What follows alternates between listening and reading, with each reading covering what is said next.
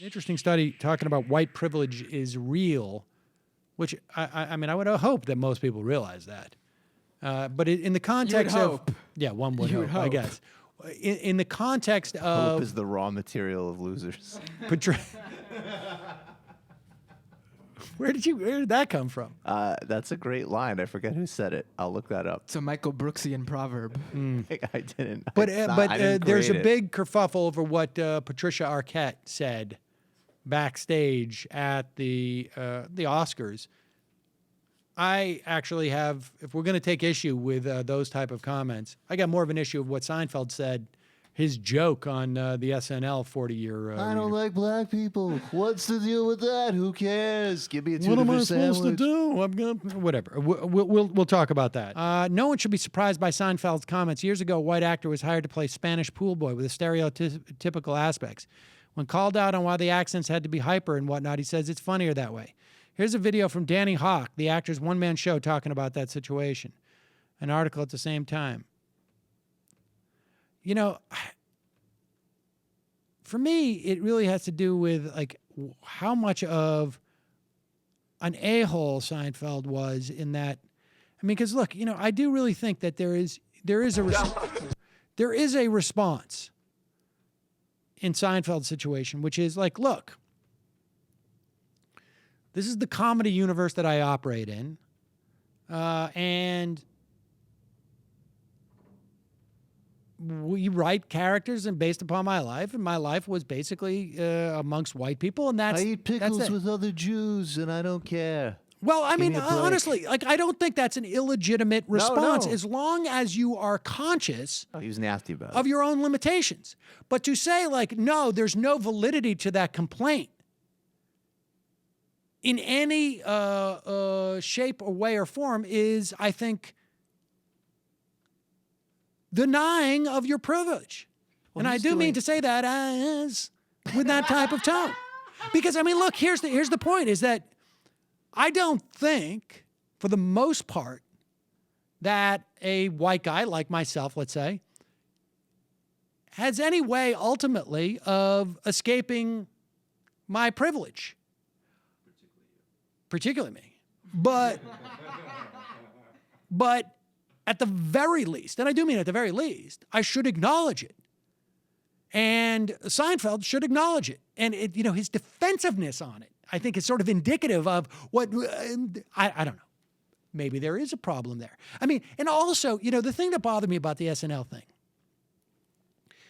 let me just contemplate this for a moment. He brings Ellen Cleghorn. Ellen Cleghorn has an opportunity to be one of the few past cast members who's not a big star to actually, and who didn't have any, you know, Ellen Cleghorn did not have any signature characters. You know, Joe Piscopo in his day was huge. He was number 2 to Eddie Murphy. And yes, it was a wide gap, but that was it. And Cleghorn has an opportunity to be featured on that show. Okay, just to give you a reason why she would say yes. And Seinfeld comes to her and says, here's the bit that I want to do. Of course she's going to say yes. But Seinfeld is using Ellen Cleghorn to justify himself. Like, here's my shield. I got the black girl right in front of me, right here. You can't criticize me.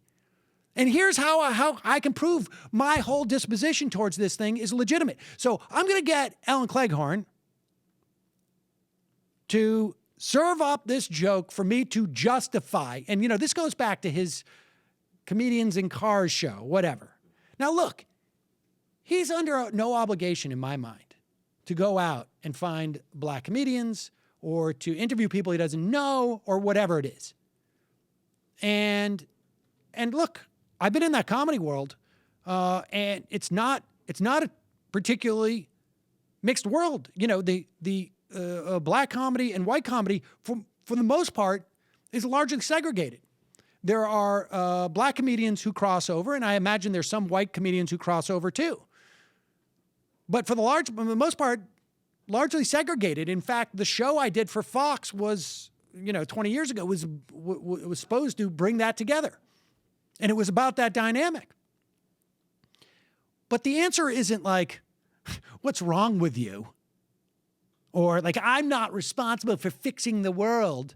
It's, you know what? I have limitations. I am a somewhat sort of I'm in a bubble, and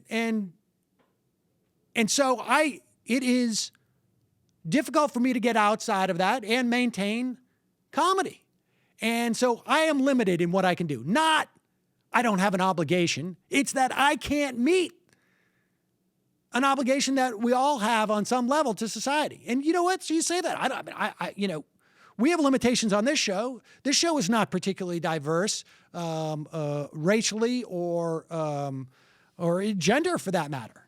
And, we do our best, but we have limited resources. But, in the context of Seinfeld, I mean, his limited resources as far as like, I haven't had any experiences. Limited imaginative resources. Yeah. And which is a real thing. I don't think that is. I think it's certainly not something, let's put it this way. It's certainly not something to be so arrogant about that you would justify it on national television. It is something to be somewhat apologetic and humble about. That's my point. And that's why, what Arquette said, I think is on its face, ignorant at the very least. And I can understand why people want to push back against it. But from just, and I haven't really delved into it, but it seems to me it's just sheer ignorance by somebody who just doesn't understand and hasn't spent any time really looking into the issues and just sort of being a little knee-jerk. And you know what? Frankly, I think that's fine. I think it's fine for people to push back and sort of correct her and to correct the record because she has a huge platform and you don't want something like out there like that sort of creates a narrative. But I also think that's from ignorance. What Seinfeld did was from arrogance.